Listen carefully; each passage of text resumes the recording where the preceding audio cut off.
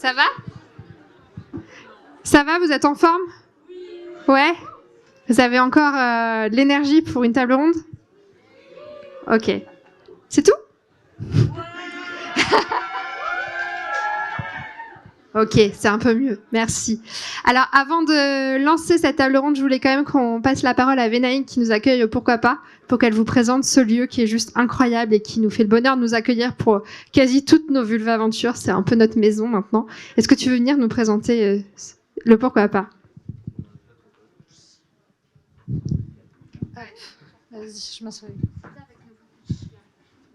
Bonsoir à toutes et tous. Bienvenue au Pourquoi pas pour ceux qui sont jamais venus et puis au plaisir de vous accueillir à nouveau pour ceux qui connaissent déjà le lieu. C'est un lieu qu'on a ouvert il y a 3 ans. On a fêté nos 3 ans fin janvier. Et le principe du lieu, c'est qu'on accueille un événement différent tous les soirs, du mardi au samedi, que ce soit des conférences comme ce soir, des projections, des concerts, du théâtre d'improvisation, des silence parties aussi le week-end.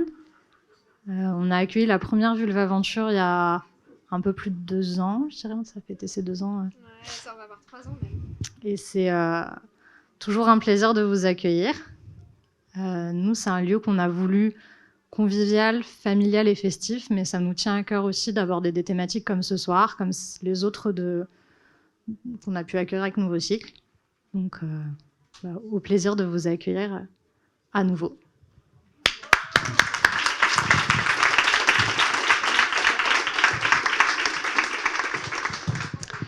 Et puisque je ne l'ai pas fait avant, je vais présenter Nouveau Cycle quand même qui vous accueille ce soir.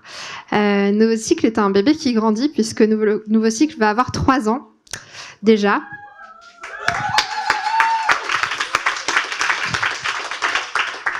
Trois ans et 80 bénévoles qui sont passés par chez nous, 2 salariés, bientôt 4. C'est une sacrée aventure et un public toujours présent. C'est hyper émouvant de voir que malgré les Covid, malgré qu'il fasse beau dehors et que vous pourriez être dehors en train de boire des bières, vous êtes là. Donc c'est super cool. Bon, vous l'avez prise dedans quand même. Et Nouveau Cycle, qu'est-ce qu'on fait? Alors on fait évidemment des événements comme ce soir et comme un festival. Vous connaissez le nom de notre festival? Alors, ceux qui n'ont pas entendu, celles et ceux qui n'ont pas entendu, c'est Ragnagna Party, qui revient en juin 2023.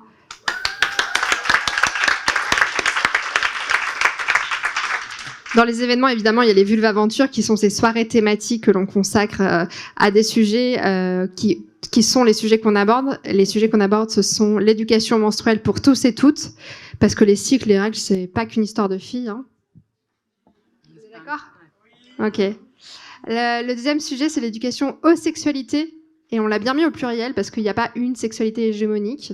Et on y adjoint le sujet des contraceptions et des choix contraceptifs, donner le choix. Et le sujet du consentement, qui sont super importants à aborder. La troisième thématique, et c'est aller au cœur de cette soirée, c'est la santé gynécologique, parce que c'est un peu la grande absente de la médecine. Et on va voir que ça fait un petit moment que c'est le cas. Donc la santé gynécologique, vous allez voir qu'on mène beaucoup d'actions là-dessus, on aura l'occasion d'y revenir. La quatrième thématique, ce sont les identités de genre, qui sont incarnées avec brio par Marie, qui a animé tout à l'heure la table ronde, enfin le petit échange à la fin de la projection.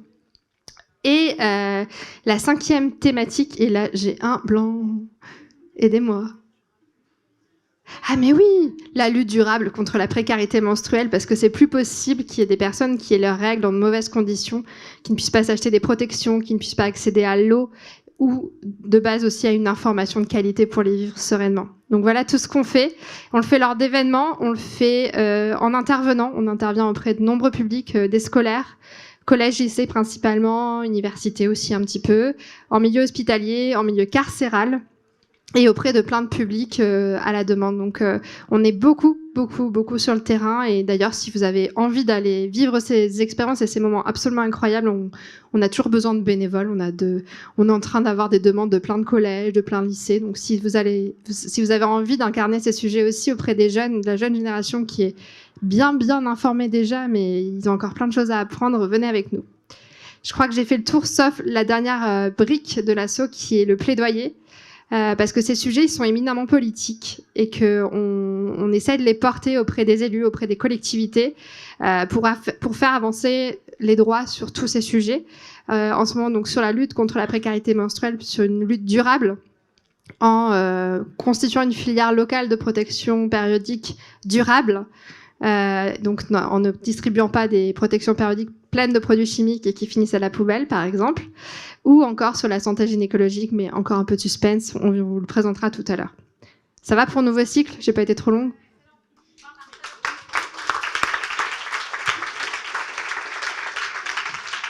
Merci. Et du coup, vous pourrez, si vous avez des questions, vous pouvez aller voir l'équipe bénévole qui est bien nombreuse en fond de salle. Et vous pouvez adhérer à l'association, c'est à prix libre et ça permet de soutenir nos actions, d'être tenu au courant en avant-première de ce qui se passe.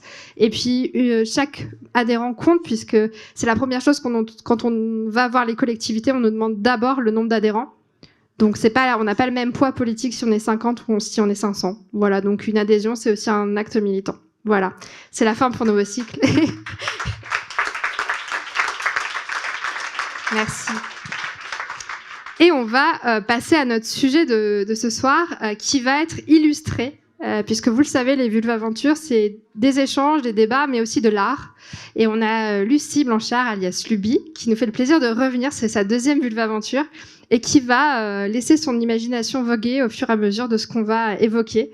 Donc on peut l'applaudir, et ses œuvres sont aussi en expo et à vendre. Alors je vais introduire cette table ronde et après je présenterai nos intervenants par un petit texte. Alors, trigger warning, tout ne sera pas inclusif parce que dans les textes qui parlent de sorcellerie, évidemment, ce sont beaucoup les femmes qui sont nommées. On parlera après de sorcellerie contemporaine et on rattrapera le coup. Mais on va commencer par une première partie plus historique. Donc, évidemment, on s'appuie sur les textes existants.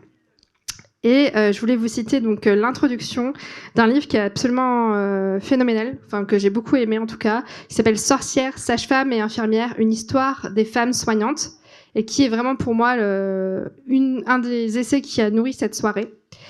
Et je trouvais que c'était la meilleure manière de l'introduire qu'en lisant cette introduction. Les femmes ont toujours été des soignantes. Elles furent les médecins et anatomistes sans titre de l'histoire de l'Occident. Elles étaient avorteuses, infirmières et conseillères. Elles étaient pharmaciennes, cultivant les plantes médicinales et partageant les secrets de leurs utilisations. Elles étaient sages-femmes, se déplaçant de maison en maison et de village en village. Pendant des siècles, les femmes furent des médecins sans diplôme, interdites d'accès aux livres et aux cours, apprenant les unes des autres et se transmettant leur expérience de voisine à voisine et de mère en fille. Elles étaient appelées « wise women », qu'on a traduit dans le livre par « bonnes femmes », mais en fait qui veut dire « femmes sages », comme quand même dans la traduction des natures, c'est des bonnes femmes et pas des femmes sages. Donc elles étaient appelées « wise women » par le peuple, sorcières ou charlatans par les autorités. L'exercice de la médecine fait partie de notre héritage en tant que femme, de notre histoire. Et elle conclut l'intro en disant « Connaître notre histoire, c'est commencer à entrevoir le moyen de reprendre la lutte ». Et c'est ce qu'on va essayer de faire ce soir sur cette table ronde qui s'intitule « La sorcière, la santé gynécologique au bûcher du patriarcat ». Et avec nous, Barbara, je vais te laisser te présenter. Tu es sage-femme et on a beaucoup échangé et tu as une approche assez avant-gardiste ou en fait liée à l'histoire. Est-ce que tu veux bien te présenter? Regarde, t'as un micro, ce sera plus simple. Oui, ça, ok. Donc bonjour à toutes et à tous. Tu peux peut-être rapprocher. Barbara Barcia, sage-femme libérale à Gambetta, à Bordeaux. Et donc j'ai été sage-femme hospitalière et depuis 2 ans, je suis installée en libéral et j'accompagne les naissances à domicile. Dans ma pratique, notamment au niveau de la gynécologie, ça me tient vraiment à cœur de pouvoir donner de l'autonomie aux femmes pendant la consultation, qu'elles puissent être actrices pleinement de la consultation, de pouvoir échanger sur la phytothérapie qui peut aider pour différents troubles gynécologiques, etc. Mais voilà, je vais passer le micro et je vous en parlerai plus. On verra que ta profession est au bûcher du patriarcat, puisque le nouveau bûcher, c'est le tribunal. On aura l'occasion d'y revenir. Oui. Merci. À tes côtés, je vois que tu lui tends le micro. Arthur Suarez-Cholon, je te laisse te présenter. Bonsoir. Merci Nouveau Cycle. Merci Sarah et Marie-Hélène. Je ne sais pas où tu es, mais merci d'avoir pensé à moi pour intervenir dans cette super table ronde. Je suis étudiant en Master 2 d'anthropologie sociale et culturelle à l'Université de Bordeaux. Actuellement en stage au César à l'EHESS, le Centre d'études des sciences sociales du religieux. Et je fais mon mémoire sur la sorcière et les sorcelleries contemporaines. Et pour reprendre un peu le trigger warning qui a été donné, vous devez dire « Ah, encore un mec qui parle d'une histoire de femme, encore un ». Et Dieu sait si l'académie et la science avec un grand S est un domaine masculin. Et donc je voudrais revenir tout de suite sur le fait que je ne parlerai pas en fait à la place de sorcières avec qui j'ai pu travailler. Sorcière étant en fait un terme inclusif, parce qu'il y a aujourd'hui des hommes qui se définissent comme sorcières. Et voilà. Et je fais mon mémoire, oui, je l'ai dit, sur la sorcellerie. Merci beaucoup d'être venu exprès de Paris pour cette soirée. Merci.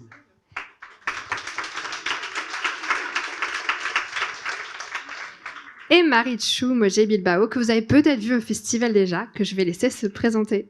Merci. Moi, je suis psychomotricienne spécialisée sur le travail du périnée en conscience, parce qu'on a tous un périnée. Là, c'est complètement inclusif, hein, que les choses soient claires. Hein. Hommes, femmes, trans, bi, tout le monde. On a un corps, on a un périnée.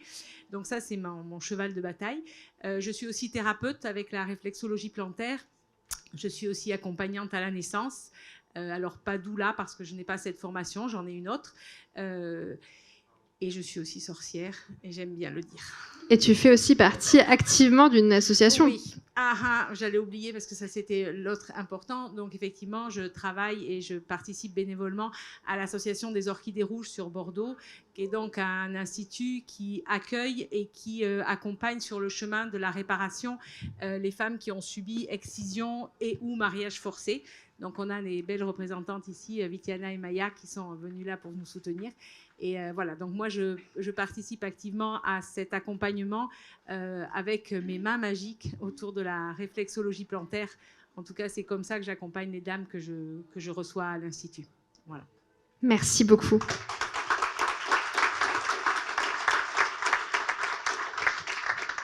Alors, on a énormément de sujets à aborder. C'est un sujet qui est absolument passionnant et donc on va l'aborder en 3 temps. Ça fait une pièce en 3 actes. La première sera sur les sorcières et la médecine au Moyen-Âge, parce que je pense que c'était important de resituer le sujet dans son contexte. Ensuite, on parlera de santé gynécologique moderne, qui est une lutte encore à faire. Et la 3e partie, qui est sur les sorcières contemporaines et la disparité des représentations de la sorcière à travers le monde, puisqu'en fait, la sorcière occidentale n'est pas la sorcière qu'on peut retrouver sur d'autres continents. Donc ça sera la dernière partie. Vous êtes prêts ? Ok. En 3 points. Alors du coup, déjà, on va essayer de définir cette notion de sorcière, parce qu'effectivement, on a parlé de pop culture tout à l'heure, on a parlé de personnes qui travaillent les plantes, on voit ce personnage avec le chapeau pointu, le long nez, mais qui est la sorcière, ou qui sont les sorcières, peut-être Arthur, puisque c'est ton sujet d'étude. Oui, je vais essayer d'être assez concis. Étymologiquement déjà, parce que je crois qu'on doit partir de là. La sorcière, ça vient du latin soriatus, la diseuse de sort. Donc c'est un rapport en fait avec le sort dans le sens hasard, destin, et quelque part c'est la personne qui peut lire le sort, lire le destin, le manipuler, influer peut-être avec cette puissance qu'est la magie sur ce fameux destin. Et c'est souvent en anthropologie associé à la magie. On parlera souvent de sorcières comme de magie noire. Et en fait, à travers les représentations et les âges, c'est surtout pour moi la sorcellerie une affaire de nomination. C'est-à-dire qu'on accuse, on soupçonne, et aujourd'hui on se définit, on se revendique, et voilà. Et c'est vraiment une affaire de nomination. Et c'est d'autant plus aujourd'hui, je pense, une identité. dans notre société. C'est-à-dire que le Michelet, qui a écrit La sorcière, un roman, voilà, enfin c'est un archiviste historien romantique du 19e, disait que la sorcière en fait naît des temps apocalyptiques. Et je crois que quand on regarde ce qui se passe aujourd'hui sur plein de sujets, en fait c'est assez apocalyptique, enfin ça fait peur quoi. On parle pas d'écologie, de tout ce qui peut être débats sociétaux avancés, puis même ce qu'on vient de traverser avec le Covid. Donc voilà, c'est une identité. Et je peux... Ouais, vas-y. Ouais, ok, super. J'ai un peu stressé sur le temps, j'avoue. Et en fait, Je l'aurais dit concision. Ouais, alors. j'essaie, mais c'est tellement global, c'est tellement énorme comme sujet, ça englobe tellement de choses. En fait, c'est ça, c'est que sur la base des travaux d'un historien qui s'appelle Pierre Nora, qui parle de lieux symboliques de mémoire, j'essaye de montrer qu'en fait, la sorcière, c'est un peu une identité symbolique de mémoire, en ce que ça se base sur une histoire. Et Napoléon disait qu'en fait, l'histoire est un mensonge qu'on ne conteste plus, en ce sens qu'en fait, elle est construite. Et que quelque part, il y a toujours une vision en fait, qui prône et qui a le dessus sur toute autre version d'une histoire. Et donc cette histoire-là, en fait, elle est plurielle, elle est assez éparse, et souvent, en fait, les acteurs qui ont eu à expliquer cette histoire, c'était des hommes. Voilà. Et donc sur l'origine de cette sorcière, en fait, je pense que ça englobe aujourd'hui des dynamiques qui sont contemporaines, qui se retrouvent aujourd'hui à bien des égards, dans bien des domaines de nos sociétés. Et comment dire ça, sur ce... Ah, j'ai un peu le trac. sur ce côté d'identité symbolique de mémoire, en fait, ça s'appuie sur cette histoire-là, une histoire qui est enchevêtrée, qui est plurielle, et qui est aujourd'hui réintégrée dans des dynamiques sociales, qui trouvent du sens, en fait. Donc c'est vraiment cette identité complexe, je me suis noté une phrase, revendiquer, oui, réintégrer, en somme dans une multitude de causes qui est en mouvance constante, de représentations changeantes, et aux formes et aux discours, en fait, aux mots très prolifiques. Voilà, ça s'intègre vraiment dans plein de domaines de la société contemporaine. Vas-y. Alors moi, j'aime bien rajouter aussi la sorcière, en tout cas dans la définition que j'ai travaillée pour vous ce soir et pour moi aussi, c'est aussi c'est ce qu'on disait, hein, c'est cette femme savante, celle qui sait, qui a reçu l'enseignement oral par les autres, cette soignante du peuple. Et c'est aussi ces femmes libres. Et je trouve que le film qu'on a regardé tout à l'heure est extraordinaire pour justement mettre la lumière sur cette femme libre, que ce soit les brasseuses à qui on est venu couper les pieds et les mains, en l'occurrence pour patouiller, les femmes libres, celles qui savaient, celles qui transmettaient, celles qui soignaient, donc les sages-femmes qui venaient donner à naître et à mourir, et celles qui connaissent les plantes. Enfin, je trouve que vraiment, le film qu'on a vu, en tout cas pour moi, fait un cercle sur cette définition pluridisciplinaire que peut être la sorcière avant, mais aussi la sorcière de maintenant. Et c'est parce qu'elle sait qu'elle a été effectivement zigouillée. Pour rester dans les trucs. Alors, je sais que les écrits sont malheureusement assez absents hein, sur ce mythe de la sorcière. Est-ce que tu peux nous donner un ordre d'idée du nombre de persécutions que ça représente et pourquoi finalement? Pourquoi on les persécutait? Alors, tu dis hein, parce qu'elles étaient sachantes, mais je crois qu'il y a d'autres choses qui vont aussi, comme les religions, par exemple. Je souffle. Non, pardon, je te laissais finir. Alors, ouais, effectivement, la chasse aux sorcières, c'est comme une entreprise qui a été menée du 14e au 17e siècle. Ça s'est arrêté en France, enfin arrêté plus ou moins avec l'édit promulgué par Louis XIV en 1682, qui en fait désincriminait le crime de sorcellerie. C'est-à-dire que ça a été rendu vraiment à néant. Voilà, on ne pouvait plus accuser de sorcellerie à ce moment-là. Et en fait, tout ça vient avec une conception, une représentation et une construction sociétale très particulière de l'Europe, qui est quand même sous le chapeau d'une église catholique très imposante. Voilà. Je sais pas. Et le Malleus Maleficarum qui indique pourquoi et comment exterminer la sorcière, Ouais. qui est un peu le guide suprême C'est ça. de l'extermination avec des pratiques Ouais. absolument. Deux C'est même dominicains. dur à lire, quoi. Excuse-moi, deux dominicains allemands qui ont donné ce manuel-là, ce guide à l'intention des inquisiteurs pour reconnaître, spécifier, nommer et puis aussi surtout torturer des femmes. En fait, les chiffres, on en a parlé tout à l'heure, enfin, ils l'ont évoqué dans le documentaire, c'est entre 50 et 100 000 personnes accusées et brûlées vifs entre le 14e et le 16e siècle. Dans ces victimes-là, il y avait de 70 à 80% de femmes. Donc clairement, c'est une entreprise qu'on peut juger misogyne et qui, dans en tout cas une historiographie de la chasse aux sorcières, parce qu'il y en a eu, là encore très masculine, eh bien en fait vient être réintégrée dans un discours, comment dire ça, qui... j'ai perdu ce que je voulais dire.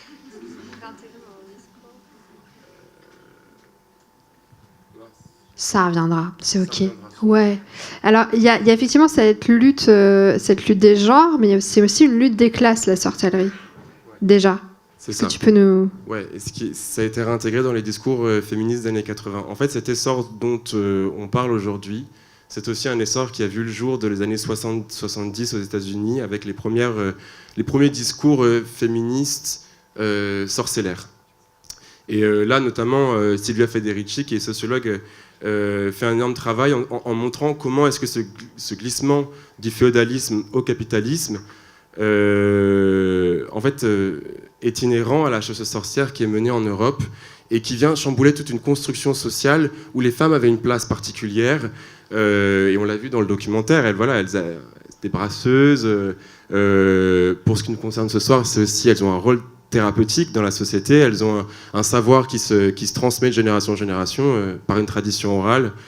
Et donc, dans ce discours-là féministe, un peu sorcellaire, eh bien, la sorcière est remplacée comme voilà, le pionnier, un peu, enfin, ce personnage de l'histoire qui en fait a survécu à toute entreprise qui est à la fois menée par une église ultra forte, par un État aussi qui souhaite instaurer un pouvoir patriarcal capitaliste, et par une médecine qui de base eh bien, était quand même très féminine dans la ruralité, qui se construit autour des hospices religieux très masculines.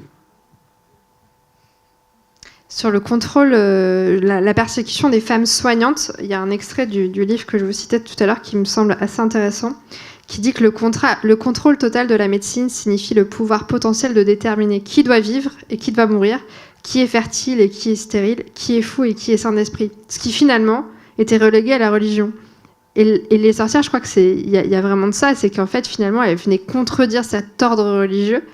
Et on parlait, je te lançais sur la lutte sociale, sur le fait que c'était aussi les soignantes des classes populaires, puisque les classes riches avaient les médecins dits de la science, mais qui étaient plutôt formés par l'Église. Et les personnes dans les campagnes étaient soignées par les sorcières. Je voulais rajouter un côté de la sorcière qui est fondamental et dont on n'a pas encore parlé, qui est ce côté de liberté sexuelle. Et qui, effectivement, pour rebondir sur cette puissance où arrive l'Église catholique et où, avec le pouvoir de l'homme, vient dire qu'effectivement, une femme qui prend du plaisir, c'est qu'elle est ensorcelée. Donc c'est une sorcière, qu'une femme qui peut avoir une sexualité libérée, c'est une sorcière, parce que c'est le moment aussi où l'homme prend toute sa puissance avec cette religion et où la femme ne devient que l'outil de reproduction et que la sexualité ne doit être que reproductive. Mon Dieu. Hein, voilà. Donc ça, c'est vraiment aussi un moment fondamental, parce que quand on parlait de la chasse aux sorcières, il y avait effectivement les femmes savantes et sachantes, plutôt que savantes, les femmes sachantes, les femmes soignantes, et il y avait aussi les femmes libres.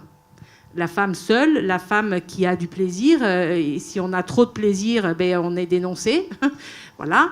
Si on change d'homme, on est dénoncé. Si on n'en donne pas assez du plaisir, on est dénoncé. Voilà. Donc bref, de toute manière, à partir du moment où on avait un utérus et un vagin, on avait quand même de grandes chances d'être dénoncé. C'était un peu compliqué quand même. Il y a un exemple, notamment dans cette première chasse aux sorcières que j'ai trouvé extraordinaire dans mes lectures, c'est qu'il y a quand même un village en Allemagne où au moment de ces premières chasses aux sorcières, ils ont exterminé 280 femmes. Il en restait une dans le village. Et là, tu te dis, j'aimerais pas être à sa place. Voilà. Ou je suis pas sûre. Enfin, voilà, bref, c'est vraiment quelque chose de complètement irraisonné et où c'était seulement la passion et le diktat qui venait dire « toi, tu es une sorcière ». Il n'y avait presque pas d'autre chose. C'est ça qui était complètement fou quand même pendant ce moment-là.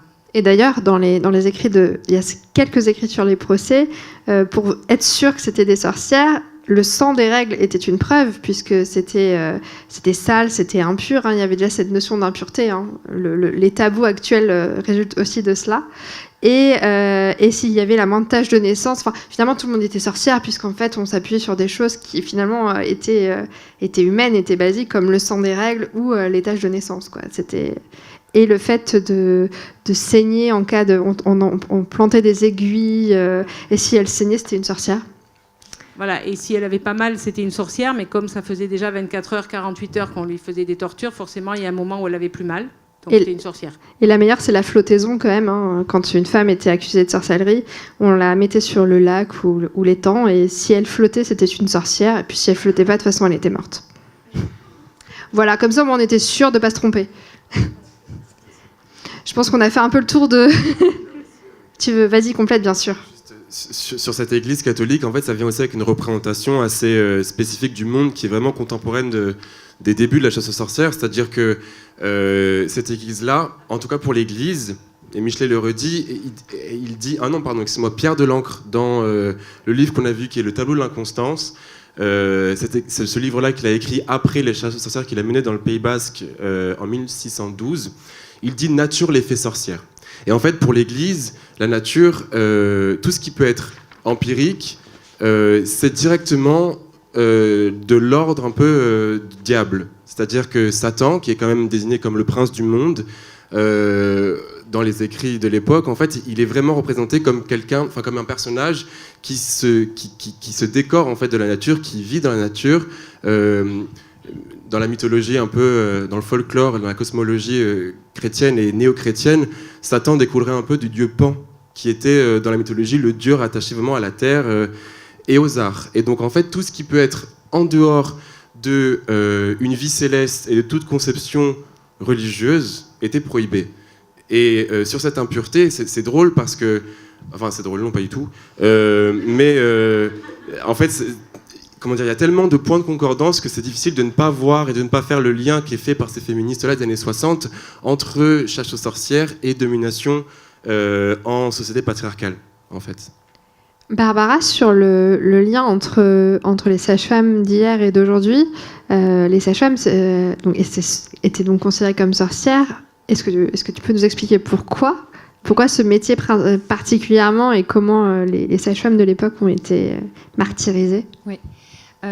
C'est vrai que dans la persécution de ces femmes, beaucoup d'entre elles étaient sages-femmes, parce que être sage-femme, c'est accompagner des temps très forts de la vie d'une femme et d'un couple, notamment la naissance, mais aussi la mort, mais aussi l'interruption de grossesse. L'avortement a toujours existé et existera toujours, et les femmes se sont toujours débrouillées pour accéder à l'avortement, et les sages-femmes étaient ces femmes aussi qui permettaient ça. Et ça, pour l'Église, c'était intolérable. En fait, la sorcière, c'était cette femme qui permettait de revenir à la terre. C'est comme ce que tu disais avec la notion de paganisme, etc. Mais c'est de revenir sur cette autonomie-là pour les femmes, sur explorer leur sexualité, être libre au sein de leur couple, et de sortir d'une conception de domination masculine. Donc c'est vrai que dans la persécution de ces femmes, c'était souvent des femmes qui étaient célibataires, des femmes qui étaient âgées, qui étaient ménopausées.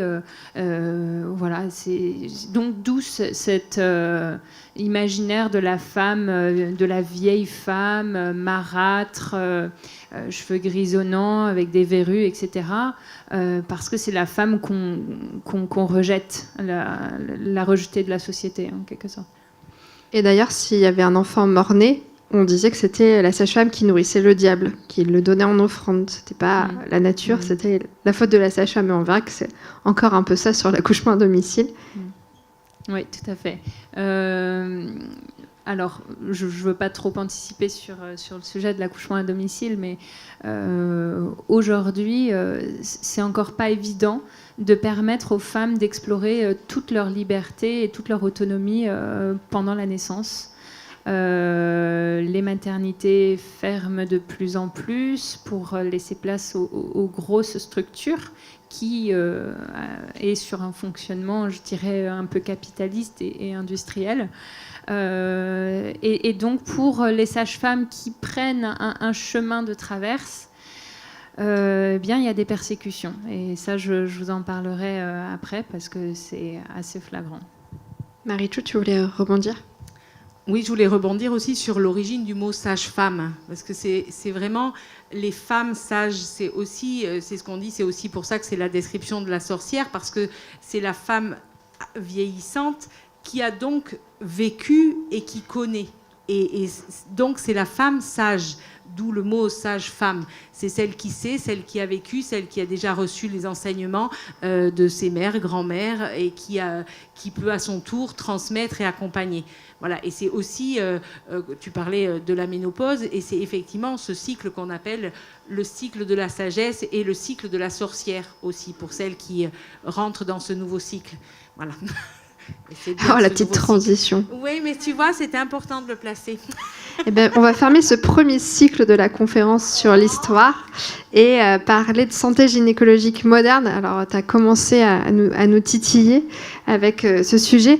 Je pense que la question du sexisme et des discriminations dans la sphère de la santé, elles sont malheureusement encore bien présente.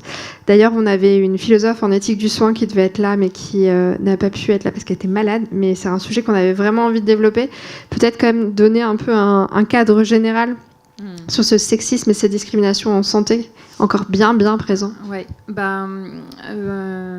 une discrimination qui est parlante, c'est par exemple en termes de troubles gynécologiques. On parle beaucoup d'endométriose, mais ça fait que 5 ans vraiment qu'on en parle. Pourtant, les femmes l'ont subi et peut-être depuis des millénaires. Bon, certainement, ça a tendance à augmenter par rapport à l'environnement et nos modes de vie. Qui sont délétères pour nous et le cycle menstruel pour la femme, c'est une façon, la façon dont il s'exprime, c'est une façon de comprendre et d'avoir une idée de la santé gynéco et globale. Mais par exemple, les études qui concernent les pathologies féminines sont beaucoup moins financées que les études qui portent sur la santé masculine ou qui touchent particulièrement les hommes. Et quand je vous dis ça, c'est de l'ordre de 90% des études qui sont plutôt orientées sur la santé masculine. Et il y a des choses qui ont bougé ces derniers temps, parce qu'il y a eu beaucoup de mobilisation de collectifs, d'associations, et par exemple l'endométriose. Mais il y a encore 5 ans, on disait c'est normal d'avoir mal, madame. Les rapports, c'est comme ça. Donc voilà. Et aussi, il faut savoir que par exemple, les études portent essentiellement sur des modèles mâles, des souris mâles, voilà. Donc il y a des choses qu'on n'attend pas, sur des réactions qu'on n'attend pas, parce que tout simplement on n'a pas étudié ça sur des modèles femelles, des modèles féminins, donc des effets inattendus et qui peuvent être délétères pour la femme. Je crois que l'exemple de la pilule est hyper parlant sur ce sexisme dans la recherche médicale. Alors oui, c'est vrai que par exemple la contraception, elle est essentiellement pour la femme, donc elle est très très exclusive. C'est la femme qui porte la charge contraceptive. Il y a très très peu de choses qui ont été développées pour les hommes. Et il y a des choses, par exemple des hormones masculines qui ont été mises, qui ont été créées, mais voilà, il y a beaucoup d'effets secondaires pour les hommes, donc, et d'ailleurs qui sont les mêmes que les effets secondaires que pour la femme. Et ça, c'est difficile pour les hommes. Et enfin, voilà, les scientifiques, souvent hommes, donc ne veulent pas. Enfin, voilà, ils veulent étudier davantage. Voilà. Oui, il y a eu énormément plus de tests faits sur la contraception dite masculine, ou en tout cas pour les personnes qui ont un pénis, que pour toutes les contraceptions dites féminines, ou en tout cas pour les personnes ayant un utérus. Et effectivement, c'est exactement les mêmes symptômes, alors qu'en fait, les premiers essais étaient pour les hommes, et en fait, n'ont jamais été commercialisés. Parce que, et la première chose, c'était quand même la libido. On revient sur la question de la sexualité. Ouais. C'était la perte de libido, qui est aussi un mécanisme observé pour les personnes à utérus, mais c'est pas grave, quoi. Elles sont pas là pour ça. Ouais. Pour rebondir sur ce que tu dis, pour la question de la contraception, dans les années 60, il y a eu la question de la contraception hormonale, donc qui s'est orientée pour les femmes, mais en même temps, il y a eu aussi la question de l'observation des cycles. Et ça a été complètement jeté d'un revers de la main, parce que c'était gratuit, parce que ça donnait encore une fois de l'autonomie aux femmes. Observer son cycle, c'est tellement puissant. À partir de ça, on peut comprendre beaucoup de choses sur son corps, et il y a une volonté du coup de prendre soin de soi. Et finalement, la contraception hormonale, voilà, ça fait tourner quand même pas mal les labos. Alors, et effectivement, il y a des cas où c'est nécessaire, et il n'y a rien à en dire. Ça a été aussi une victoire dans ces années-là, de pouvoir s'émanciper, de ne plus avoir la charge d'une naissance ou d'une grossesse. Mais à côté de ça, il y a eu aussi pas mal de lobbies. Marie-Chou, toi, qu'est-ce qui t'a conduit justement à vouloir t'intéresser au périnée et à la santé des femmes, principalement, et des personnes à utérus? Pourquoi est-ce que c'était justement... et aussi la question des femmes excisées, des personnes excisées, qui est quand même pas un sujet mince. Qu'est-ce qui t'a amené à ça et comment tu l'abordes? Alors, pour moi, la question du périnée a été importante à l'arrivée de ma première fille. Parce que comme beaucoup de femmes, en tout cas de femmes qui portent un enfant, le périnée apparaît tout d'un coup, pouf, comme ça. Tu l'avais pas et pouf, tu as un périnée. Okay, et puis les hommes, non, ils n'ont pas de périnée, c'est bien connu. Okay. Et là, à partir de là, je me suis vraiment posé la question de ma puissance. Et je rebondis aussi sur ce que tu parles aussi, de se réapproprier son corps, ressentir, être maître de son corps. Et on revient pour moi aussi à cette puissance de la femme et cette puissance de la sorcière, parce que c'est cette puissance-là qu'on nous coupe, souvent. Je vais te couper, mais je suis pas sûre que tout le monde sache où est le périnée, est-ce que c'est...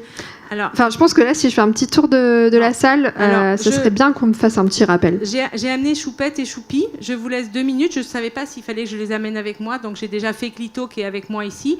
Voilà, c'est important, c'est fait Clito. J'attrape Choupette et Choupi. Je vous laisse combler le vide et j'arrive. Alors, en attendant, on va parler du métier de sage-femme aujourd'hui et de comment, justement, tu l'abordes. Là, je pense qu'on peut y aller. On peut rentrer dans le détail. Ça y est, c'est le moment. Alors, déjà, parler du métier de sage-femme sur la question de ce métier qui est quasiment à 99% représenté par des femmes, qui est un métier du care, qui est aussi donc un métier qui subit le patriarcat. La situation des sages-femmes en France, c'est un peu le curseur de la situation des femmes dans la société. Ce que disait Chantal Birman, qui est une sage-femme qui a beaucoup milité pour l'IVG. Alors, dans ma pratique, parce que c'est ta question, la question de la pratique de la sage-femme. On va dire que tu n'as pas une pratique dite classique. Non. Et ce qui est plutôt chouette d'ailleurs. Féministe. Alors, c'est quoi être une sage-femme féministe? Parce que on a, dans le parcours gynécologique qu'on entend de manière très régulière dans nos interventions, ça ressemble pas tout à fait à ce que tu proposes. Dans ma pratique, déjà, il me tient à cœur de rester sur un échange qui soit le plus horizontal possible, de plus être voilà, la personne sachant, la femme sachante et la personne soignée en face et de profiter de cette position. Ça me tient vraiment à cœur de partager les choses et de permettre que la femme gagne en autonomie, qu'elle puisse gagner en connaissance de son propre corps. Voilà. Donc, dans ma pratique, j'utilise beaucoup l'autogynécologie, c'est-à-dire permettre aux femmes d'utiliser elles-mêmes le matériel, de pouvoir l'introduire, de pouvoir l'ouvrir, de pouvoir, avec un miroir, observer l'intérieur de son col. Combien de femmes ici ont déjà vu leur col de l'utérus? C'est peu fréquent. Il y en a quelques-unes. Merci. Voilà, on est peu parce que voilà, on a laissé à chaque fois le professionnel regarder et nous dire tout va bien, madame. Et sans pouvoir avoir un retour alors qu'il s'agit de notre intimité la plus profonde. Donc voilà, ça me tient à cœur de pouvoir permettre aux personnes d'utiliser les choses et puis faire les prélèvements elles-mêmes, de pouvoir observer leur cycle, voilà, et de gagner aussi, de redonner confiance parce que j'ai beaucoup de femmes qui sont blessées par leur consultation précédente. Et de pouvoir, dans l'espace de la gynécologie, réinsérer quelque chose qui est de l'ordre de la bienveillance, qui est de l'ordre du consentement aussi, de toujours demander avant de toucher une personne, avant de lui demander de se déshabiller, d'ailleurs de jamais la mettre à poil. Parfois, j'ai des patients qui commencent à se déshabiller entièrement. Je leur dis non, ça se passe pas comme ça ici. Vraiment, c'est important de redonner de l'intégrité dans cet espace-là qui est très intime, quoi. Avant de...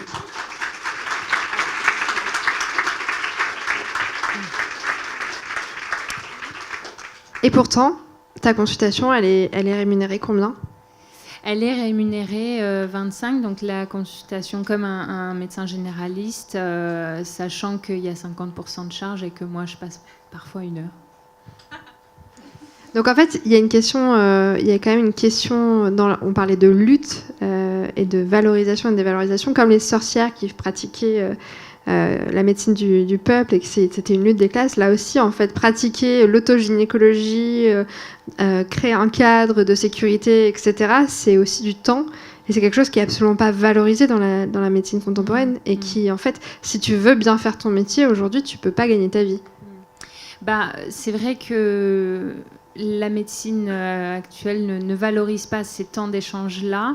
On est sur une médecine du nombre. C'est-à-dire que pour pouvoir être rentable, il faudrait que je vois 4, 5, 6 patientes par heure. C'est possible. En tout cas, la Sécu a dit qu'on ne pouvait pas voir plus de 6 patientes par heure. Mais du coup, ça veut dire qu'on peut le faire. Jusqu'à 6, on peut.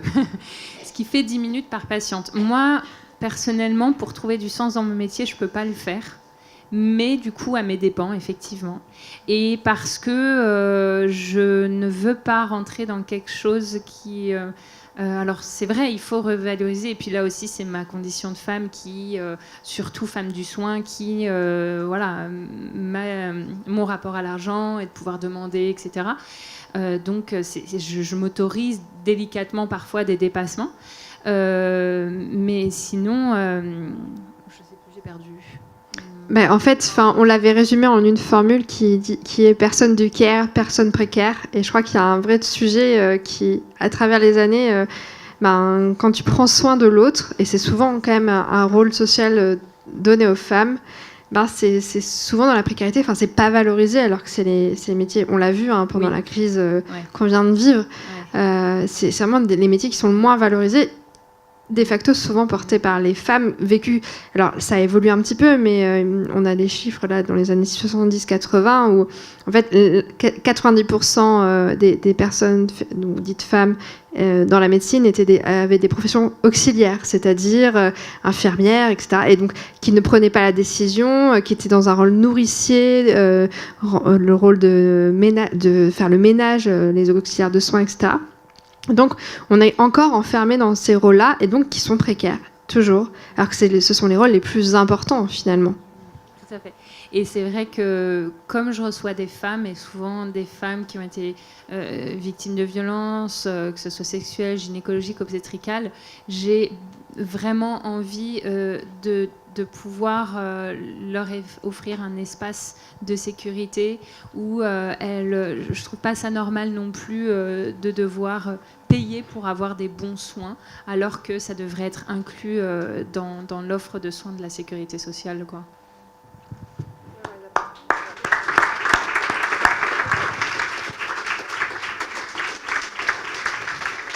Vous l'avez entendu, je crois que le périnée est arrivé.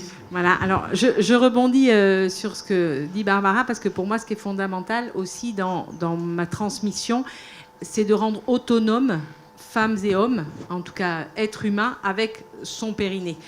Et tout le travail que tu proposes dans ta spécialité de sage-femme, c'est vrai que moi, j'aime aussi le proposer dans ma spécialité de psychomote. Comme je dis, je ne suis ni sage-femme ni kiné, donc moi, c'est le périnée sans les mains.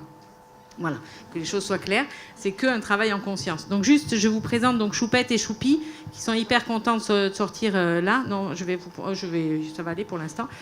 Donc ça, c'est un bassin. Pour l'instant, ça, c'est un bassin, effectivement, d'une personne à vagin. Mais ce qui est important, c'est que le périnée est le même pour personne à vagin ou personne à pénis, ou entre les deux. Nous avons tous un périnée. Donc ce rouge-là, c'est notre périnée. Si je le regarde en dessous, donc position gynécologique, pas super agréable, voilà, c'est important de se rendre compte que notre périnée, c'est effectivement cette base musculaire qui ferme complètement notre bassin. C'est celui qui porte tous nos organes. Donc effectivement, si on n'avait pas de périnée, ça ne serait pas super confortable, ni pour nous, ni pour les voisins. D'accord ? Voilà.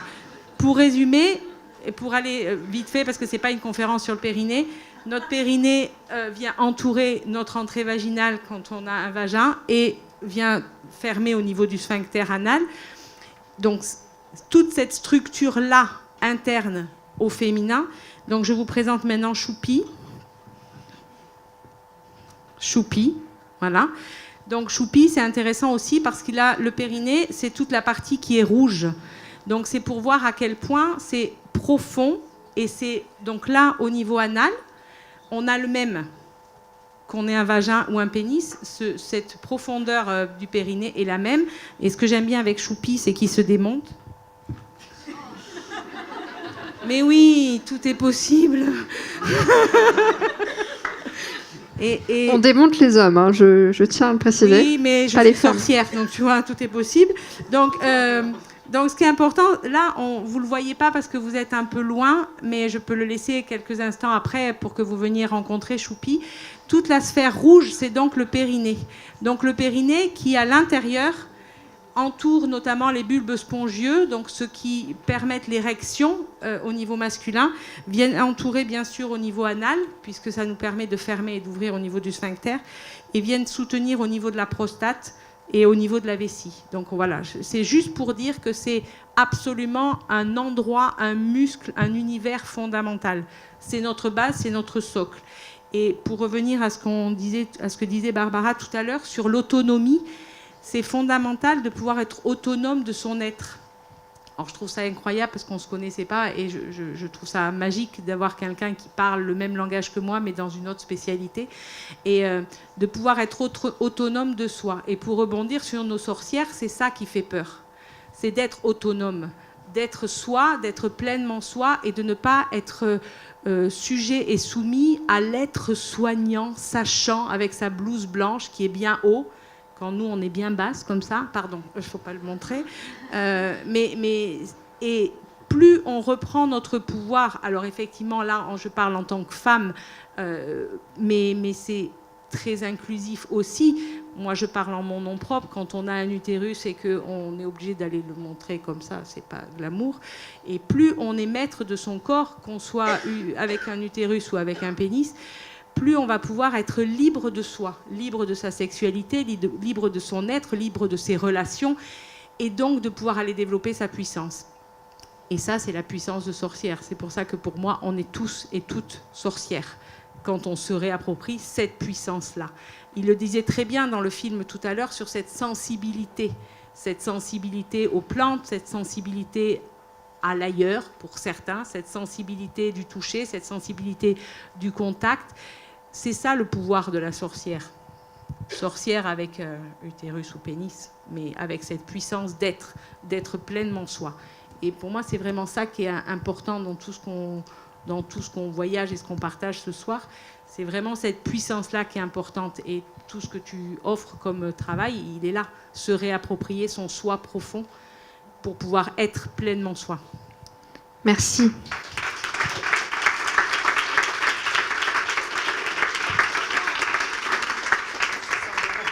Ce qu'illustre ce soir Barbara et Marichou, c'est un mouvement qui est profond, qui est un mouvement de libération, qui finalement prolonge ce travail qu'ont mené les sorcières et qui donc s'exprime par ces mouvements qu'on appelle le self-help, donc prendre soin de soi, l'autogynécologie dont tu as parlé, et il y a plein de mouvements à travers l'Europe comme les gynépunks, etc., qui sont des mouvements LGBTQI+, etc., et qui vraiment apprennent à se connaître dans sa pluralité, dans sa diversité. Et je crois que c'était ce message-là qu'on avait envie de faire passer. Et je voulais que maintenant qu'on parle, on l'a évoqué en filigrane tout à l'heure, Barbara, de l'oppression légale. Accoucher aujourd'hui à domicile, c'est légal, mais... Je te laisse continuer. Alors, j'ai demandé à mes collègues membres de l'association des sages-femmes accompagnant les accouchements à domicile dont je fais partie. On est 80 en France, déjà, il faut le savoir. 80 dans toute la France. Sur combien de sages-femmes au total ? Tu as une idée un petit peu de ce que ça... Parce qu'en fait, c'est pas beaucoup. 14 000. Sur 14 000, 80. Pourquoi ? Alors, il y a plusieurs choses. Parce que déjà, on n'a pas d'assurance quand on travaille. Parce que les sages-femmes françaises ne sont pas assurées par l'État pour les accompagnements à domicile. Ce qui fait que chaque fois qu'on va à un accouchement à domicile, il y a une épée de Damoclès au-dessus de nous. Et du coup, j'ai demandé par curiosité et puis pour préparer un peu cette conférence, ma collègue qui est membre du pôle juridique de l'association professionnelle des sages-femmes à domicile, asso qui existe que depuis 2019, mais les 80 sages-femmes qui y sont travaillent activement sur l'élaboration de statistiques, etc. Et en fait, sur 80 sages-femmes, tenez-vous bien actuellement, et dans le passé, 35 ont été ou sont en procédure. 35, c'est près de 50% des sages-femmes qui accompagnent à domicile. Pourquoi on accompagne les naissances à domicile ? Parce que aujourd'hui, il y a peu d'alternatives finalement, à part le milieu hospitalier. Si vous cherchez une maison de naissance, il faut chercher longtemps parce qu'il n'y en a pas beaucoup en France. Parce que les maisons de naissance sont des structures qui sont attenantes à des hôpitaux qui permettent aux femmes d'accoucher avec leur sage-femme. Donc cet accompagnement global de la naissance, c'est-à-dire avec sa sage-femme qui vient le jour de la naissance de son bébé. Donc il y a les maisons de naissance, il y a l'accouchement à domicile et il y a aussi les plateaux techniques. Les plateaux techniques, c'est lorsque la sage-femme loue une salle de l'hôpital, mais l'hôpital n'intervient pas, c'est la sage-femme qui a donné rendez-vous à sa patiente pour l'accouchement. Donc aujourd'hui, il y a peu d'alternatives, peu de maisons de naissance, peu de plateaux techniques, quelques sages-femmes AAD, mais AAD, accouchement à domicile. Mais vous voyez, pas sans crainte, et on sera toutes, quand on accompagne à domicile, on sera toutes sages-femmes à domicile, on sera toutes impliquées dans un procès au cours de notre vie. Et puis, en fait, par curiosité, j'ai regardé quand même d'où venaient ces plaintes. Et puis là, 80% des cas, c'est le gynéco ou l'hôpital ou l'ARS ou une instance ministère de la Santé. Ça peut très bien être ça. Ça peut être le SAMU, ça peut être le Conseil de l'Ordre. D'ailleurs, c'est beaucoup le Conseil de l'Ordre. Donc ça veut dire que ce sont nos collègues. Voilà. Ce sont nos confrères, nos consoeurs. Ce ne sont pas les parents, effectivement. Les parents, si, dans 20% des cas. Mais dans 80% des cas, ça reste nos confrères, nos consoeurs. Combien de sages-femmes à l'hôpital sont concernées par des procédures judiciaires ? On est vraiment sur un taux qui est extrêmement minime, parce qu'elles sont couvertes par l'hôpital, parce que l'hôpital défend ses employés. Voilà. Il y a une question ? Alors, il y a beaucoup de motifs qui ne sont pas du tout justifiés. Donc, oui, c'est ce qu'on peut appeler un peu une chasse aux sorcières. J'ai une collègue qui a eu une naissance à domicile avec sa patiente. Elle a envoyé le compte-rendu à l'hôpital pour faire les choses en bonne et due forme, parce que c'est comme ça qu'il faut faire, en fait. Il faut faire des pieds et des mains pour pouvoir se montrer patte blanche à l'hôpital, etc. Et le gynéco a porté plainte contre elle parce qu'il a estimé que ce bébé n'aurait pas dû naître à domicile, alors que le bébé et la maman vont bien, évidemment. Dans d'autres cas, ça peut être des pratiques divergentes de la sage-femme, parce que la sage-femme fait des soins rebozo. Attention, les soins rebozo, des soins pour la maman, c'est un peu... on l'a accusé de secte. Les soins rebozo, pour explication, c'est un soin mexicain qui consiste à masser le corps de la maman, de pouvoir lui faire bénéficier d'un soin complet et spirituel. Voilà, il y a d'autres... Et l'une des sanctions, alors, c'est la procédure judiciaire avec un blâme, avec un avertissement. Ça peut être la radiation. Là, il y en a beaucoup qui sont quand même radiées, sur les 35. Quelques-unes qui sont suspendues 1 an. Voilà. Un peu l'état des lieux de la naissance autonome. Ouais, je pense que ce qui peut résumer ça, en préparant la table ronde, tu disais, en fait, aller pratiquer un accouchement, c'est prendre un risque à chaque fois. Et je pense que c'était important d'en parler, parce que les sorcières étaient pour beaucoup des sages-femmes, et aujourd'hui, les sages-femmes sont encore vues comme des... En tout cas, celles qui pratiquent l'accouchement à domicile sont vues comme des sorcières. Et il y a quand même un lien assez fort. Je te remercie de témoigner, parce que du coup, tu fais une pratique qui est quand même... qui n'est pas soutenue, et donc de témoigner face caméra, etc., c'est quand même courageux, donc je pense qu'on peut l'applaudir.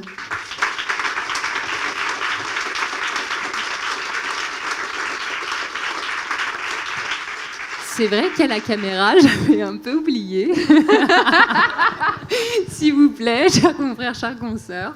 Non, voilà, merci de me faire intervenir. Je pense que c'est vraiment important de parler de ces choses-là. Parce que, par exemple, depuis que l'association professionnelle des sages-femmes à domicile existe, les procédures judiciaires ont déjà diminué. C'est-à-dire que le fait de visibiliser quelque chose, ça fait... il y a la mobilisation des usagers, des usagères, et déjà, on vient réduire ça. Donc, le mieux, c'est vraiment qu'il y ait des collectifs qui se mettent en place. Merci. Avant de clore cette partie sur la santé, parce qu'on a encore une 3e partie, le temps qui avance, et j'aimerais pouvoir vous laisser aussi poser des questions. On ne pouvait pas parler de la question de l'avortement ce soir. Enfin, c'est tellement d'actualité, et pour moi, c'est aussi une expression d'une forme de chasse aux sorcières. On sait que l'avortement n'est pas légal dans beaucoup de pays. Il y a des pays qui même le remettent en question, comme des grandes puissances internationales. On sait aussi qu'il y a des courants très forts pro-life dans notre pays, et qui irriguent les sites internet. Est-ce que l'un ou l'une de vous voudrait prendre la parole sur ce sujet de l'avortement, qui est quand même, qui me semble éminemment important de rappeler comme un combat? Alors, je voulais juste rebondir sur ce que disait Barbara tout à l'heure, sur le fait que l'avortement existe depuis toujours. Et que le fait qu'il soit effectivement légal permet de sécuriser ces femmes qui le souhaitent.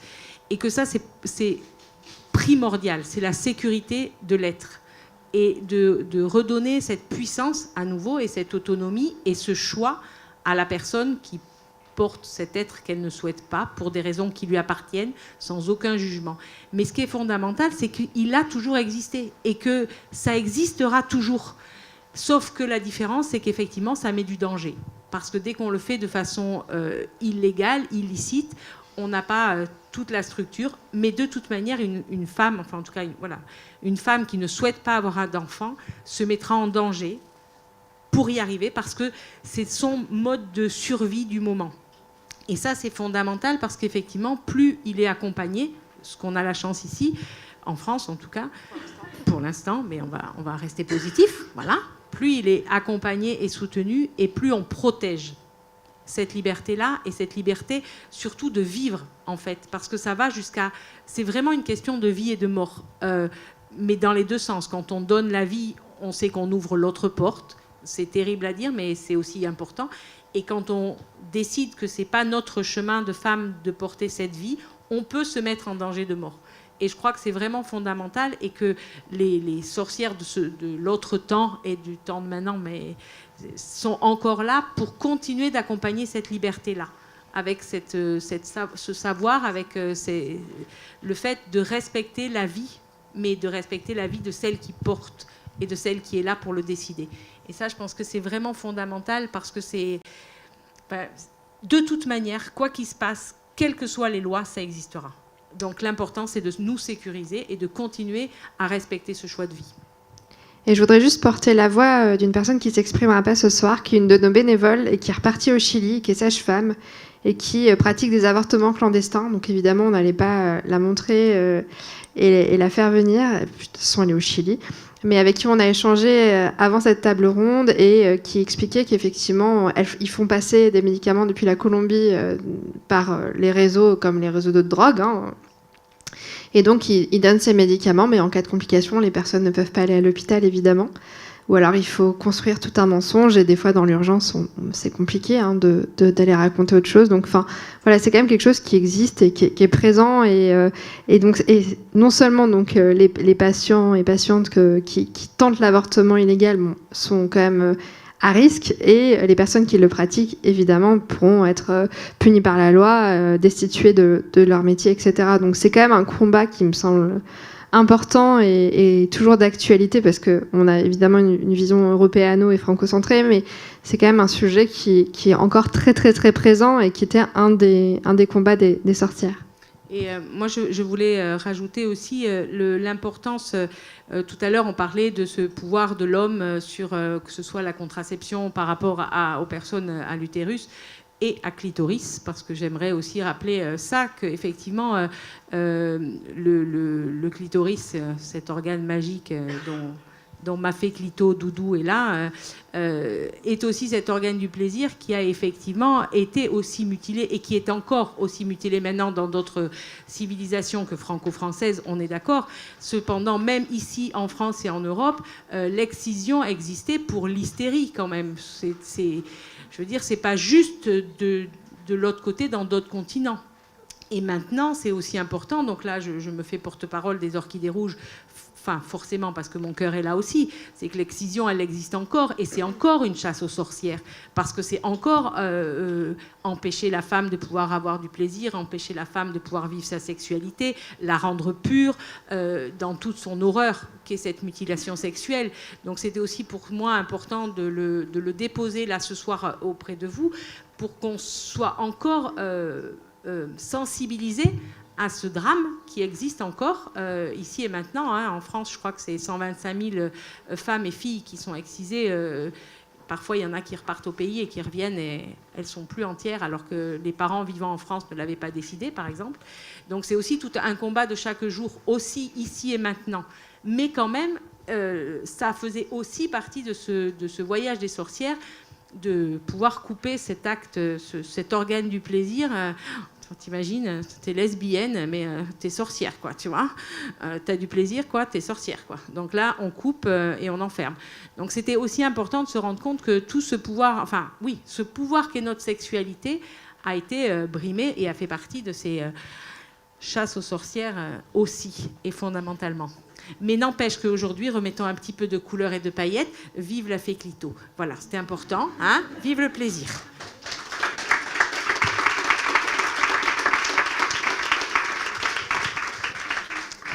Donc je pense pour conclure cette partie sur la santé gynécologique, il y a encore beaucoup de combats à mener pour la santé gynécologique et ces combats sont incarnés. Il y a du monde qui les mène quand même, comme l'association des sages-femmes qui accouchent à domicile, toutes les personnes qui pratiquent les mouvements de libération.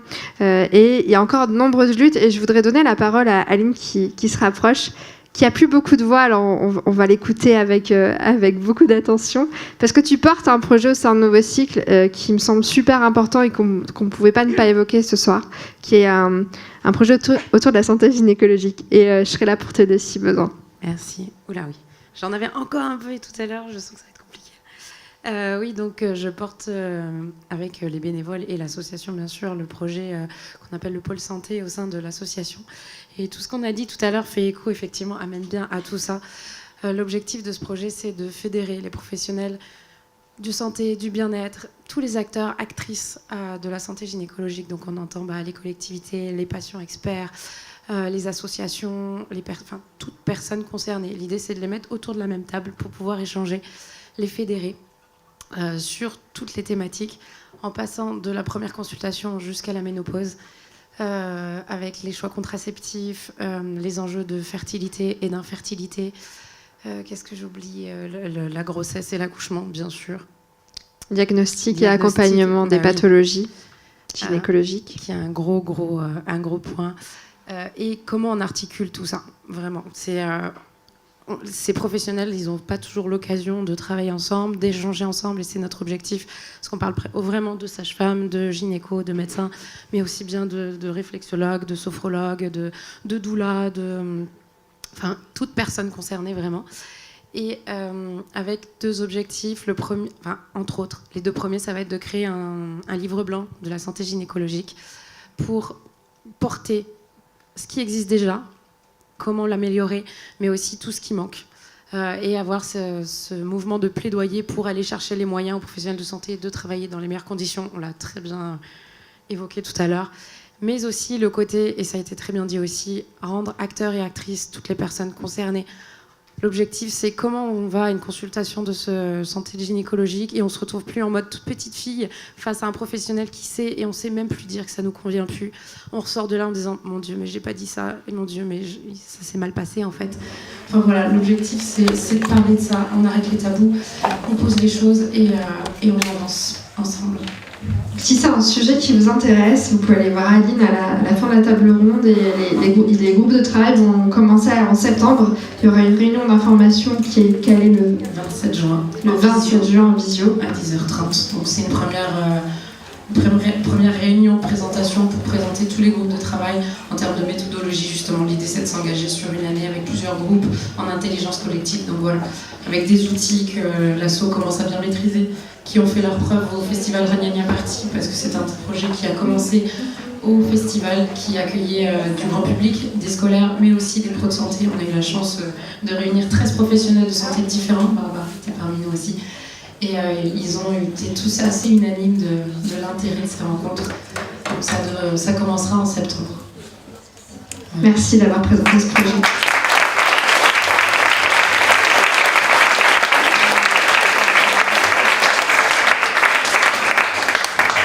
Alors on va finir sur la partie des sorcières contemporaines. Qui sont les sorcières d'aujourd'hui ? Je pense qu'on peut te donner le micro, Arthur, puisque c'est ton objet d'étude et tu rencontres beaucoup de sorcières. Et d'ailleurs, est-ce que ce sont uniquement des femmes ou des personnes cis ? Non, en fait, donc l'objet de mon mémoire, c'est d'abord travailler sur les procédés d'identification à la figure de la sorcière, d'interroger ce pouvoir. D'ailleurs, dans le documentaire qu'on a vu juste avant, en fait, il expliquait que non, les sorcières n'avaient pas forcément de pouvoir magique. Il y a une rhétorique assez, je ne sais pas ce que tu en as pensé, assez claire sur le fait qu'aujourd'hui, non, en fait, les sorcières n'avaient pas de pouvoir. Eh bien si, en fait, les sorcières ont des pouvoirs magiques, ont des pouvoirs politiques, et c'est tout un ensemble, je pense, de pratiques, qu'on peut dire sorcellaires, qui s'imbriquent dans des dynamiques sociales, voilà, dans plein de domaines.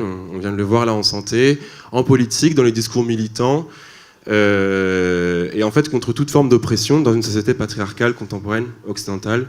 Et donc en fait, sur cette identité de sorcière, j'ai une de mes interlocutrices à l'inclusif qui m'expliquait que en fait, il y a autant de sorcières que de manières de se définir sorcière. C'est une pratique tellement personnelle qui implique tellement les récits, moi je dirais récits ethnographiques, mais en fait c'est les récits personnels, les histoires de chacun, que non, en fait, il n'y a pas deux bonnes manières d'être sorcière aujourd'hui.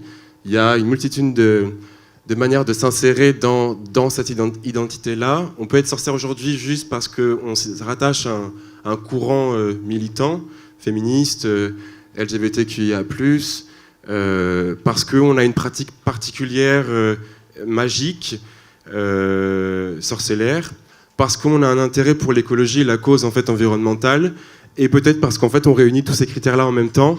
Voilà, c'est hyper inclusif, c'est très prolifique comme discours. Est-ce que vous voulez compléter sur qui est la sorcière ou qui sont les sorcières d'aujourd'hui ? Alors, ce que je disais précédemment, ce qui est important, c'est que pour moi, on est tous sorcières. Parce que c'est retrouver sa puissance, retrouver sa confiance en soi et retrouver, alors moi je vais dire, nos antennes de sensibilité. Nos antennes de sensibilité, avec certains avec la nature, d'autres qui vont entendre la pierre, d'autres qui vont entendre les arbres, d'autres qui vont entendre, qui vont toucher et qui va se passer une chaleur. Mais on l'a tous. Il faut juste se faire confiance et on l'a tous. Et après, chacun en fait ce que bon lui semble. Mais effectivement, j'aime beaucoup cette définition. Il y a autant de sorcières que d'êtres humains.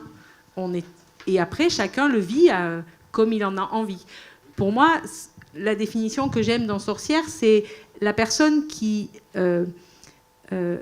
accompagne aussi. C'est-à-dire qu'on n'est pas juste sorcière pour soi tout seul. Enfin, en tout cas, pour moi, le mot sorcière, c'est celle ou celui qui s'autorise à utiliser ses dons, ses sensibilités, ses perceptions pour accompagner, aider et soulager l'autre. Donc on est sage-femme, on est sorcière, on est moi et je suis sorcière. Moi j'aime bien dire que je suis une sorcière de lumière ou une fée sorcière ou une sœurcière aussi. Ça j'aime beaucoup mon mot. Je suis une sœurcière et donc avec toutes mes sœurs de mes sœurcières, on fait plein de choses. Mais voilà, c'est juste être en confiance avec soi, retrouver sa puissance, que ce soit par tous les moyens qu'on a décrits aujourd'hui, et simplement de se faire confiance, et tout est possible. Hein. On a tous des trucs dans les mains, dans la tête, dans les yeux. Faites-vous confiance. J'adore. Ce que tu viens de dire, ça me fait penser à un point quand même sur un critère assez véridique de la société française, c'est-à-dire qu'on parle souvent à l'étranger, je ne sais pas si vous avez eu cette expression de rationalité à la française, et lorsque parfois je pouvais parler de mon mémoire et de mon terrain de recherche à des personnes pour qui les représentations de sorcières ou sorceleurs étaient vraiment très, très éloignées, en fait on me regardait avec des grands yeux, toujours en fait on me dit mais non mais elles sont folles, ça n'existe pas, n'importe quoi. Et simplement pour spécifier que en fait, les représentations, elles ont toujours été plurielles, elles sont très plurielles, elles sont ultra personnelles. Et que sur ce point-là, je pense que la sorcière, je pense que c'est pour ça que c'est un étendard aujourd'hui dans notre société d'une multitude de discours et de domaines. C'est parce qu'en fait, elle reprend cette figure-là d'une représentation ultra personnelle. Et sur ce point, tout à l'heure, tu parlais de son soi, de la magie. Ça reprend en fait ce que dit Starhawk, qui a écrit un livre qui en français s'appelle Femmes, magie et politique, mais qui a été traduit de l'anglais dans les années 70 et qui en anglais s'appelle Sex, Magic and Politics. Et je trouve ça assez drôle que le français en fait ne puisse pas parler de sexe sans spécifier qu'il s'agit d'un domaine féminin, quoi. Et c'est un choix qui n'est même pas expliqué par l'édition ni la traduction. Donc ce livre, Sex, Magic and Politics, il a été écrit par cette ancienne anthropologue toujours, Starhawk, qui est aussi militante féministe, très impliquée dans... il y avait eu cette affaire d'une centrale nucléaire dans les années 80 à Los Angeles. Elle a participé aussi à l'affaire dans le Médoc pour pour l'aéroport. J'ai un trou. Notre-Dame-des-Landes, oui, merci. Notre-Dame-des-Landes, c'était ça, hein.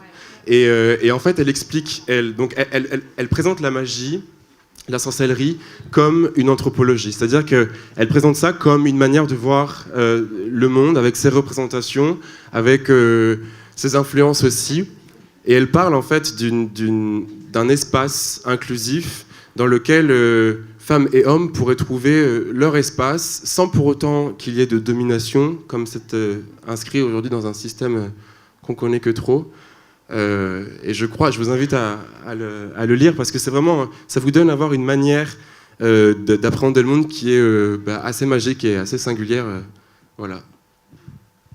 Barbara, tu voulais répondre sur cette sorcière contemporaine? Oui, je te remercie de citer Starhawk. Pour ma part, c'est Rêve l'obscur que j'ai pu lire, et je reprends. Enfin voilà, tu as anticipé. Enfin, tu as évoqué des choses que je voulais évoquer. La question du pouvoir sur et du pouvoir du dedans. C'est en quelque sorte ce que tu viens de dire, de pouvoir explorer chacune notre pouvoir du dedans, c'est-à-dire celui qui vient de l'intérieur de notre ventre et qu'on va exprimer, et où il n'y a pas de domination sur l'autre, juste il nous anime, et c'est comme une graine qui est un arbre potentiel, c'est-à-dire d'aller chercher en nous ce pouvoir-là du dedans. Et comment on vient le satisfaire, ce pouvoir. Et à l'inverse, le pouvoir sûr qui est d'exercer une forme de domination sur l'autre, de profiter par exemple de sa posture de sachant. Voilà, ça me paraissait important d'évoquer ça. Tu veux compléter? Non. Pour moi, tout est tellement beau là que voilà. Donc tout ça si, ce que j'ai juste envie de finir, c'est ce que disait Barbara, c'est donc on a tous ce pouvoir du dedans. Voilà. Je voudrais juste qu'on fasse un dézoom, parce que ça c'est quand ça va bien dans les pays où les droits sont plutôt respectés, etc. Les sorcières, elles sont encore exterminées dans d'autres pays, Arthur. Ouais, ce qui se passe en fait, c'est que il y a un aspect universel à la magie et la sorcellerie qui est observé depuis tout temps dans les écrits pour les perspectives un peu historiques, diachroniques, et puis aujourd'hui à travers le monde. Il y a Evans Pritchard au début du XXe siècle, c'est un anthropologue qui a bossé chez les Azandés au Sud-Soudan, qui expliquait, qui a beaucoup travaillé, qui a beaucoup théorisé, qui a fait beaucoup de conception un peu scientifique sur ce qu'est la magie, ce qu'est la sorcellerie, comment est-ce que ça se réintègre dans les sociétés. Et dans une perspective plus contemporaine, par exemple, en Afrique centrale, en RDC, dans le golfe de Guinée, ou même en Afrique de l'Ouest, au Bénin encore aujourd'hui, on peut être encore accusé en fait d'être sorcier. On parle d'enfants sorciers qui sont exclus de la sphère sociale, de la sphère familiale, et donc qui se voient réintégrés par les autorités locales, qu'elles soient religieuses, les autorités peut-être aussi internationales, l'UNICEF, qui mettent en place des structures d'accueil pour accueillir ces personnes-là qui sont accusées de sorcellerie, et leur permettre en fait une réinsertion une fois peut-être grandi. Et ce qui se passe, c'est qu'on observe beaucoup de dynamiques. Aujourd'hui se joue encore beaucoup de dynamiques sociales, sociétales autour de ces accusations de sorcellerie qui sont en fait très contemporaines. Voilà. Je pense que c'est une bonne conclusion et qu'on va vous laisser la parole. Je sais que Chacha, t'adores passer le micro. Ça te dit de passer le micro? Donc on va vous donner la parole, on va bien parler dans les micros, comme ça pour les personnes qui regarderont en replay, puisqu'on a tout filmé, ça permettra d'avoir la question avant la réponse, c'est quand même pratique. Il est là le micro, regarde. C'est moi, il a un fil.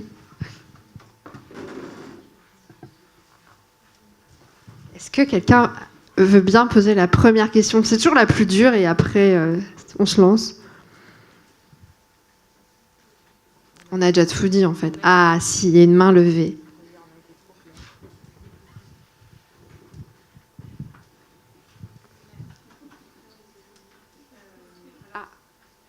Attends, on n'entend pas. Ah oui, ça marche mieux quand on appuie sur on. Alors, mais merci déjà pour avoir organisé cette soirée parce que,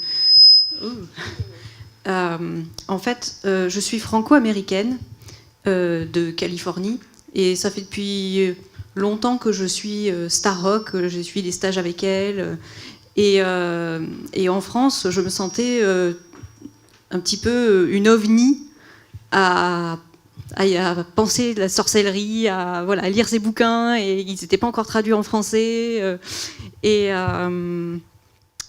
Oui, et c'est vrai qu'en ayant beaucoup voyagé, je me suis rendu compte à quel point en France, on a un rapport particulier avec tout ce qui est spiritualité, religion, et la rationalité à la française, je le ressens totalement.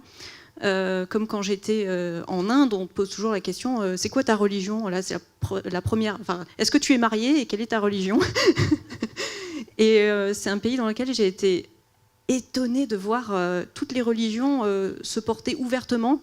Et nous, on est censé être laïques, donc à accueillir toutes les religions, sauf qu'on les cache. Et c'est tabou, il ne faut pas en parler. Et alors encore pire, quand on parle de sorcellerie, je veux faire de la magie. Et cette année, je me suis dit, mais j'en ai marre d'être cachée. Je veux affirmer ce désir qu'en moi, j'en ai besoin. Je sens que ça me nourrit. Et j'ai commencé cette année à pratiquer des rituels pour célébrer les 8 saisons de l'année inspirées par les religions celtiques. Et en particulier, enfin, j'ai pas vraiment de questions, je pourrais parler des heures, donc j'ai peur de monopoliser la parole, mais donc arrêtez-moi si ça vous intéresse plus. Et oui, et cette année j'ai organisé, dernièrement on a célébré Beltane le 1er mai. Et je l'ai fait avec un collectif qui s'appelle Intimidé, qui parle justement, qui est dans la sexualité positive, le consentement, etc. Et Beltane, on célèbre la vitalité de vie, les pulsions, donc tous les dieux Pan et faire l'amour dans les prés, il y a tout ça. Et je l'ai organisé avec un collectif qui est plutôt rationnel. Enfin, il a plutôt une pensée rationnelle. Et du coup, ils m'ont dit, on veut bien faire un rituel païen avec toi, mais on veut aussi qu'il y ait des zététiciens. Donc la zététique, c'est la science de la rationalité. Et en fait, on a vécu un moment vraiment magique, parce qu'en fait, je me suis rendu compte, on a fait des cercles de parole, et on a découvert qu'en fait, même les personnes qui étaient dans la rationalité sentaient qu'il leur manquait quelque chose. Et pour moi, la magie, c'est ça aussi. C'est que, comme tu l'as dit très bien, j'ai oublié les noms, mais c'est retrouver ce qui est sensible en nous, tout ce qui est artistique, tout ce qui est de la créativité. Et j'ai trouvé ça tellement touchant qu'il y ait une réémergence et de l'intérêt pour ces sujets-là. Qu'est-ce que je voulais dire ? Oui, et moi je pense que alors, Star Rock en particulier, elle parle aussi d'écoféminisme. Donc pourquoi on lie le féminin avec la nature ? C'est parce que dans les années 70, dans les manifestations, c'était surtout des femmes qui luttaient contre la mise en place d'une centrale nucléaire. Il y avait la guerre du Vietnam aussi. Et c'était surtout des femmes qui se sont retrouvées à militer, à protester. Et elles se sont rendues compte qu'en fait, elles vivaient toutes, c'était un peu un cercle de femmes géants, et elles vivaient des violences sexuelles. Et quelque part, on viole les femmes comme on viole la nature. Et je pense qu'il y a un lien, là-dedans. Et que le monde... Et pourquoi on en est arrivé à la matérialisation, à violer la nature, c'est parce qu'on l'a désacralisé, on l'a objectivé, c'est devenu un objet à utiliser, et plus quelque chose de sacré à respecter et à nourrir, et comme une relation une mère avec ses enfants. On est un peu les fils, les filles du ciel et de la terre, en fait. Voilà, c'est un peu tout ce que ça m'évoque.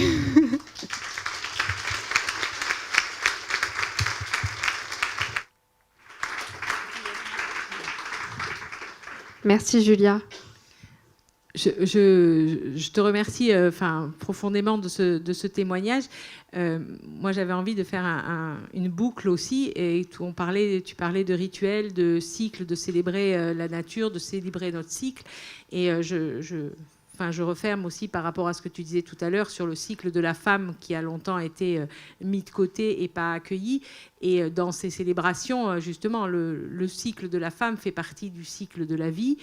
Je ne vais même pas dire de la nature, parce qu'on est la nature. Ça, je suis aussi fondamentalement en accord avec ça.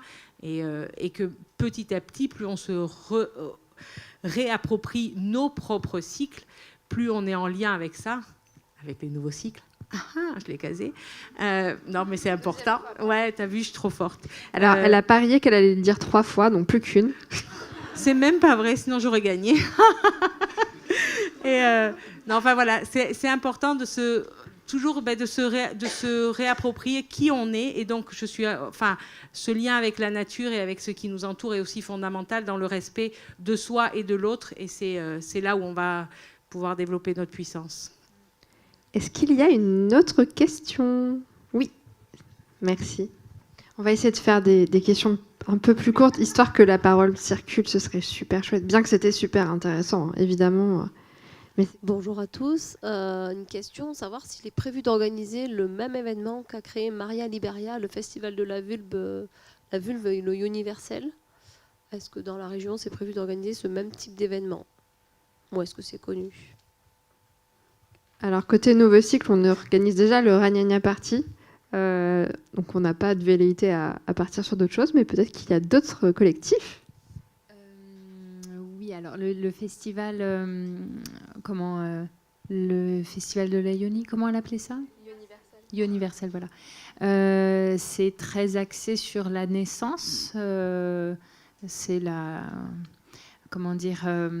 c'est un spectacle qui est formidable, que j'ai eu l'occasion de voir il y a 3 semaines.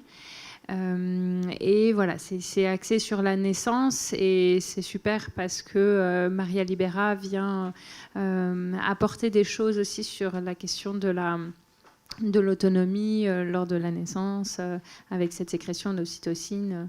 Mais je suis très flattée, et c'est vrai que je te remercie, Sarah, de m'avoir permis de participer ici aujourd'hui, parce que voilà, chacun a finalement organisé son festival, ses combats, et je crois que le combat de Nouveau Cycle est très très riche déjà, et voilà.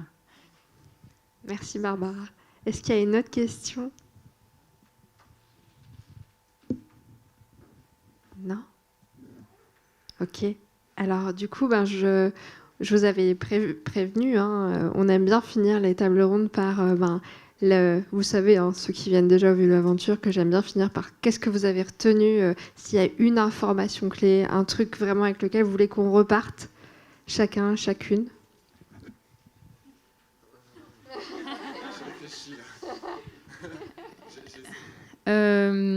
Je vais reprendre Starhawk. Une phrase de Starhawk qui dit qu'il y a un principe magique qui est simple, c'est nommer les choses, c'est donner du pouvoir. Et à partir du moment où on nomme les choses, où on les visibilise, déjà, c'est une possibilité de changer. Voilà. Merci Barbara. Je crois qu'Arthur, ça y est, t'as trouvé. C'est pas de moi, merci. Je pense que je vais vous citer une résolution qui a été votée en janvier 2022 par le Parlement catalan, qui est sur la réparation et la restitution de la mémoire des femmes accusées de sorcellerie en Catalogne. Et on n'a pas trop eu le temps de l'évoquer, mais c'est vrai que cette loi mémorielle, et les lois mémorielles de manière générale, elles insistent sur quelque chose quand même une identité, un fait de réparer. Et là, en l'occurrence, je trouve trouve que c'est assez significateur. Donc le Parlement de Catalogne exhorte le gouvernement à dignifier et faire valoir en promouvant des actions de réparation toutes les femmes injustement condamnées, exécutées et réprimées à travers l'histoire pour sorcellerie, et réparer leur mémoire historique, et aussi sensibiliser l'ensemble de la population aux valeurs d'égalité et de droits humains contre toute entreprise misogyne.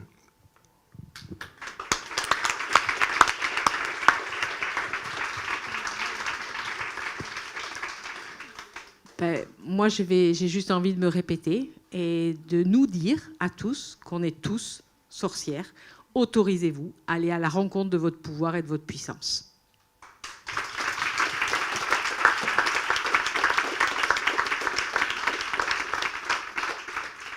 Et j'avais aussi préparé ma conclue. J'ai commencé par une citation et je vais finir par une citation qui est extraite de ce livre qui s'appelle « La révolution du féminin » de Camille Froidevaux-Métairie et qui dit « Si le corps des femmes a longtemps été pour elles comme une prison, il est aujourd'hui le principal vecteur de l'actualisation de leur liberté. » J'espère que ce sera vrai. Merci beaucoup.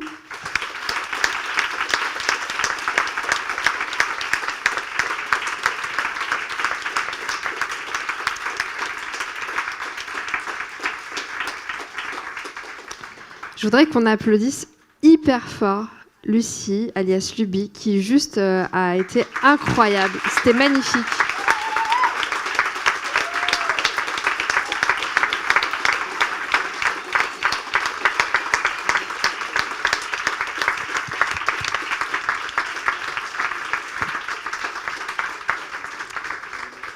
Est-ce que tu veux dire un mot?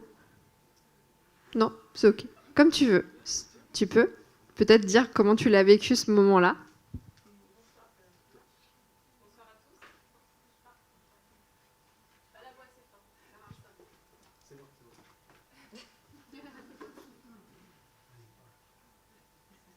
Bonsoir.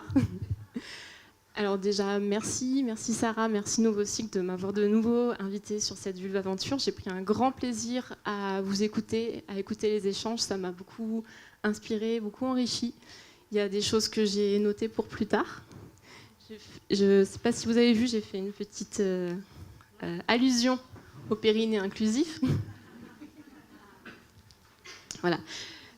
Donc j'ai été très contente de participer puisque j'ai aussi des petites pratiques de sorcière tout à fait personnelles, de la même manière qu'on a évoqué tout au long de la soirée. J'ai des petites pierres dans la poche pour me porter courage parce que vous êtes nombreux à me regarder. Voilà, j'ai vécu un très très bon moment, merci.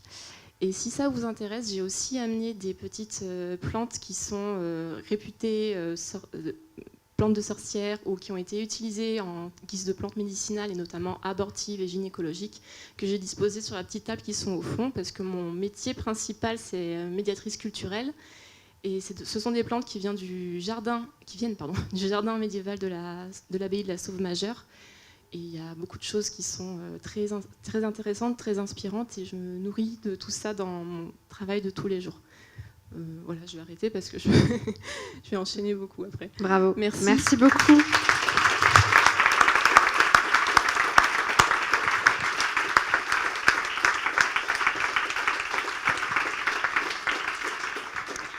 Je voudrais remercier aussi la revue Far West qui nous a appelés il y a quelques semaines pour nous dire hey, on ferait bien un événement sur les sorcières et je pense qu'on a réussi. En tout cas, c'était plutôt chouette. Donc merci pour la projection et la captation de cette table ronde et merci d'être nos partenaires quand même depuis le début.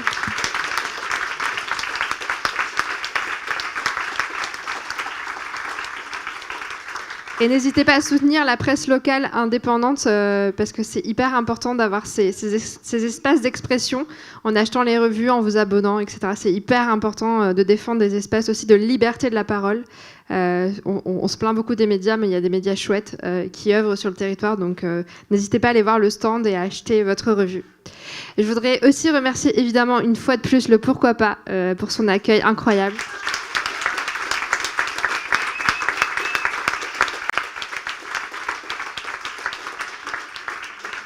Et Et ce qui me tient évidemment à cœur, tous les bénévoles, parce que vous étiez 20, je crois, bénévoles Novosic ce soir, à être là et à avoir préparé cette soirée. Effectivement, on m'a vu beaucoup, la salariée, mais rien n'est possible sans les bénévoles. Donc vraiment, gros big up et plein d'applaudissements, s'il vous plaît.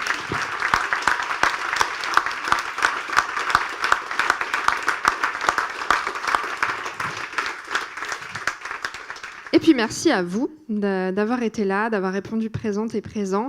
Et je crois que la prochaine, on peut dévoiler le thème, comme ça va nous engager à le faire, parce que ça fait 15 fois qu'on reporte ce thème. On a privilégié les sorcières suite à une demande, mais la prochaine fois, ce sera une ménopause party. Voilà, vous avez le thème.